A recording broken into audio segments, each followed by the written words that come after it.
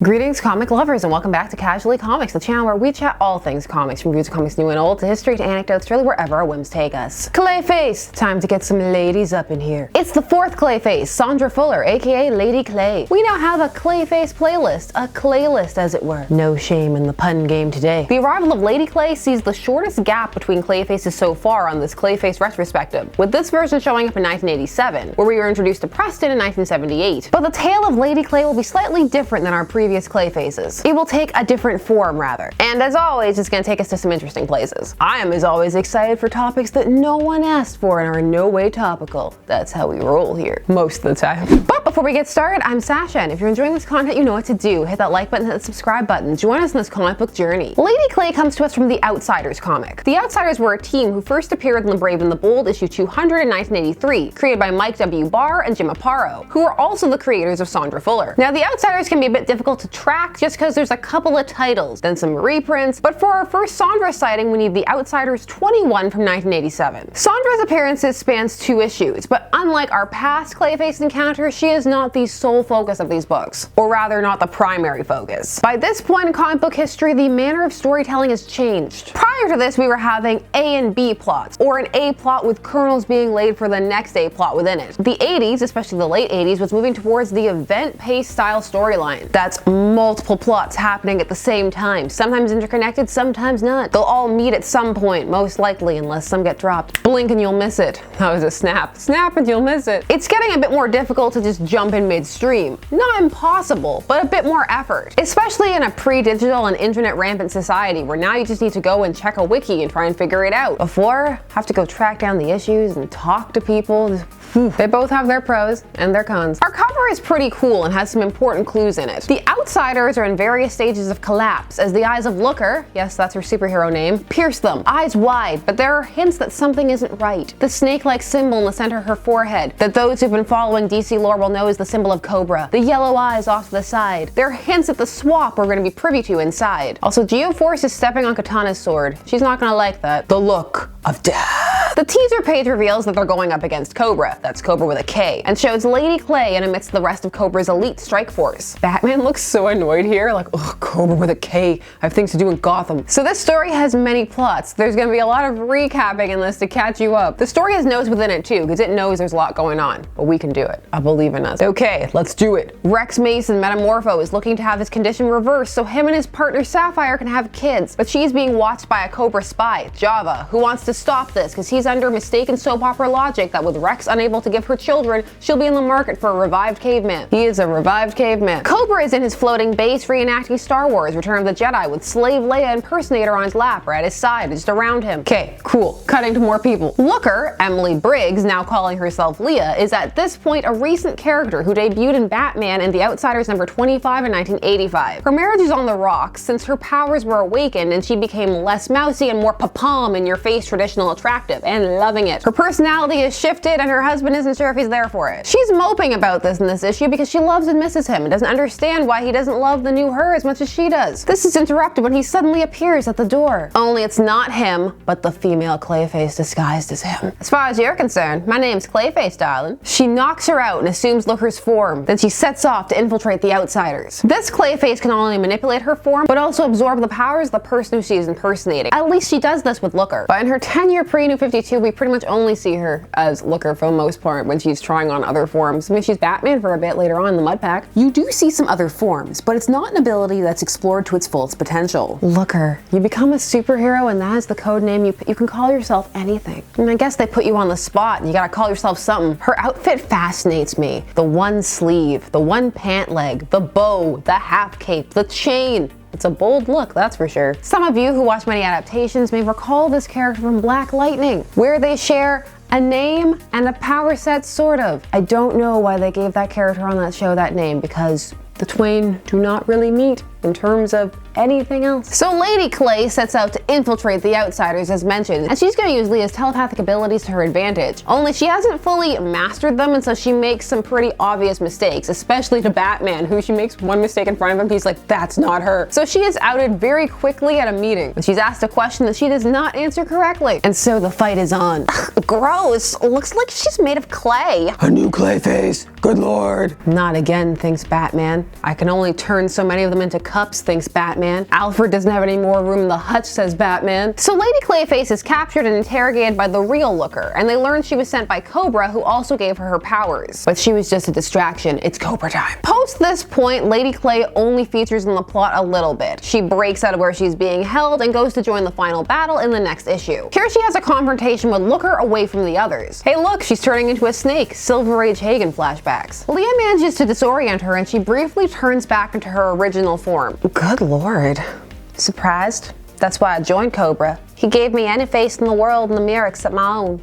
You wouldn't understand. You're beautiful. You've always been beautiful. Feeling a sympathy and kinship with Lady Clay, Leah lets her go and tells the group that she escaped. This is because there are parallels to how this fourth Clayface feels about herself and how Looker felt about herself pre-transformation. So the scene carries some weight if one was a regular reader of The Outsiders. It can actually mean different things depending upon how much you have or haven't read. This format of story does not give Sondra the same firm footing and start as the other Clayfaces. She's a footnote in this story, just another cog in it, so you don't get to spend as much time getting to know her, and the kernels you are given don't resonate quite as well because of it. Still, you are given some interesting threads to sit with. Also the new power set, mimicking powers and the like. It adds another layer to the Clayfaceness. She has all of Hagen's skills plus that, but the similar lack of self-esteem is seen in Payne, although we don't see her, so we can't gauge how she actually looks, but ultimately it's how she feels about how she looks that really matters. Most of her details will be filled in after. As she is used more and more information will trickle down about her. Also, as there are more secret origins and retellings of Clayfaces and the like as it goes on, we'll learn more in each of those as well. Her name isn't even given for a while. The Mudpack storyline is her next big hurrah. It's a storyline by Alan Grant from Detective Comics, and we're gonna give it its own spotlight because it deserves it. It's special. Clayface IV, as she is referred to mostly in that, is brought into the group by Basil Karlo, the first Clayface, and at first is controlling Payne using Looker's abilities, which she has retained. We learned that she was hoping to find happiness with her transformation through Cobra, but it hasn't brought her that. Instead, she has less of an idea who she is than ever before. And she can't find satisfaction in assuming other forms as no one knows the real her, and she's losing her too. This ends up being the basis of a kinship between her and Payne. It manifests as a kindred souls type deal. And they start a romance and piece out of the conflict to be together and watch sunsets and be saps. The two would later get married on the run and have a child together. They're both the first people to accept each other as they are, even after these transformations that have rendered them hideous and monstrous to the rest of the world. That's special. Their child becomes the fifth Clayface, Cassius, who would serve as a constant weakness for them, getting kidnapped, forcing them to cooperate with forces they don't want to, etc. It's how Lady Clay gets involved in fighting during the Night Quest story arc. She's ultimately defeated by Batman and shelved for a bit, as DC just started going through more and more Clayfaces. It became a thing that people wanted to assume Clayface's power. I don't know why, it's pretty horrifying and you're a goo mud person. Unlike most of the other Clayfaces post New 52, that was the DC company line-wide relaunch, well, Lady Clay reappeared. While Basil Karlo would get the biggest hurrah to start in the New 52 as Clayface, she would appear later on in DC Rebirth, which was the soft reboot retcon of what was going on in the New 52.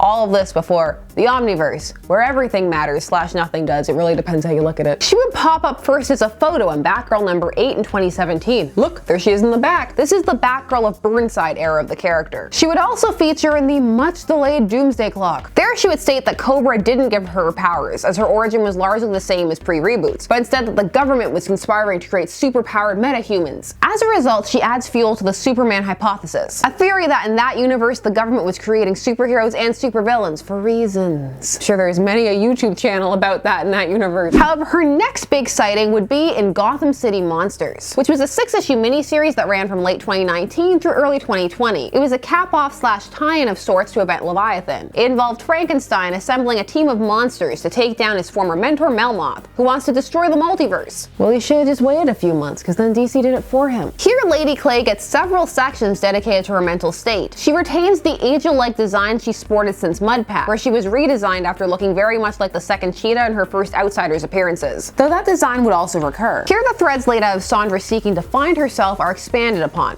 sort of. Sondra sends parts of herself out as different people to experience the life of Gotham, and then calls them back to herself to absorb and learn from those experiences. This is to create the perfect self, as she has forgotten who she was initially, lost herself in all the people she has been, coupled with the self-loathing that drove her to Cobra in the first place. The delays on Doomsday Clock led to some wonkiness in terms of internal continuity and what's going on with Origins and the like. Again, Omniverse. Now everything happened, or nothing happened, or we'll just backdoor in future state. That statement's not going to make sense in years, and I'm leaving it in anyway. What a rebel. But here in this story, we're definitely at the Cobra backstory for her, because Batwoman and her even have a conversation about it. She's drawn into the group because when Melmoth destroys a theater, a piece of herself was in it and destroyed inside. This ability to split off and be parts of other things actually started off with her son, pre all the reboots of course. Now it's a her ability. These pieces can go off and function autonomously, and then she summons them back, but when they're gone she misses them. So she feels the loss and feels like a piece of herself died. Sondra here is more tragic and lost, not really all that villainous. She's also given pep talks by most people who talk to her. No one is perfect, Sondra. To hell with Cobra.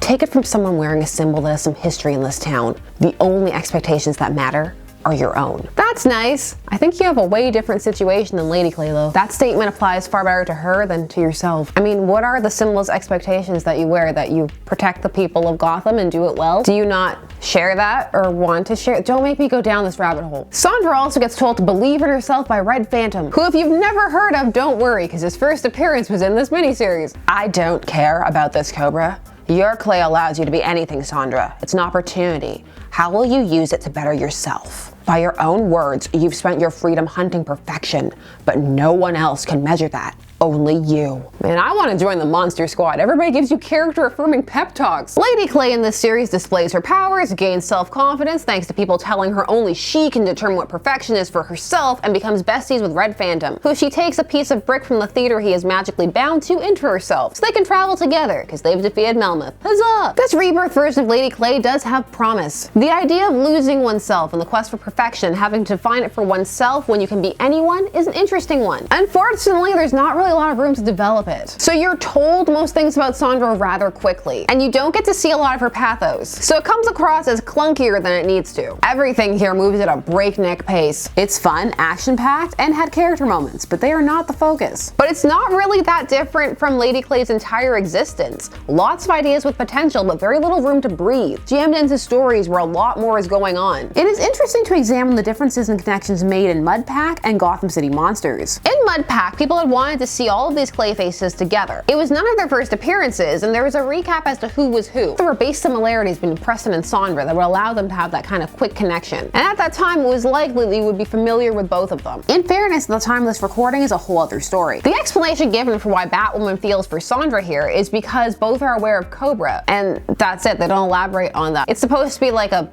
soldiers type bond, but it doesn't fully quite connect. And as for Red Phantom, this is his first story, so he's explaining his backstory even as he's propping her up, so it feels very forced. Even though it worked for me, I'm a sucker for any kind of Phantom of the Opera anything. It's fascinating how in both Mudpack and Gotham Monsters, Sondra ends up attached to another character and set to have adventures with them, rather than exploring on her own. Her codependency is the through line. But of course, as always, mileage varies. I wasn't saying that for a while, now I'm back saying it full force. Lady Clay follows a lot of Preston Payne, the third Clayface's beats, when it comes to insecurity and seeking to change oneself. But the roots are different, and they diverge also in the relationship they have to their Clayface abilities, which are also different. Lady Clay is a full-fledged transforming Clayface, and it hasn't left her feeling as fulfilled as she thought it would. In fact, it's left her feeling more lost than ever. The questions of, if you could be anybody, who would you be? How do you keep hold of yourself when you can transform like that? Especially if you started off trying to escape yourself. How do you get back to that person that you didn't even seem to like at the start? They're all interesting questions. Imagine if Sondra had been given the type of origin that, say, Preston had. It's interesting what a slight change in storytelling style can do. Lady Clay has a more tenuous connection to her villain status. She plays a bit more in the anti-hero space. But even then, it's normally motivated by self-interest. She plays more, she's a loose cannon, a lone wolf, a codependent lone wolf. I'm not sure how big the audience is for her traveling with Red Phantom and brick form and going around and seeing the world. I can only buy so many books. Me and the 5 other people would really enjoy that book. Sondra feels like she has big transformation arc potential, but I want to hear what you think. What do you think of Lady Clay? Are there too many Clayfaces? Do you like past Lady Clay or modern Monster Squad Lady Clay? Not gonna lie, I could have read much more Monster Squad. But tell me everything you thought down below. While you're down there, please do all the YouTube things. Like, share, comment, subscribe, and hit the bell notification so that you never miss a vid. Thanks so much for taking some time out of your day to spend it discussing comics with me. I always appreciate it, and I will see you again soon. Bye-bye.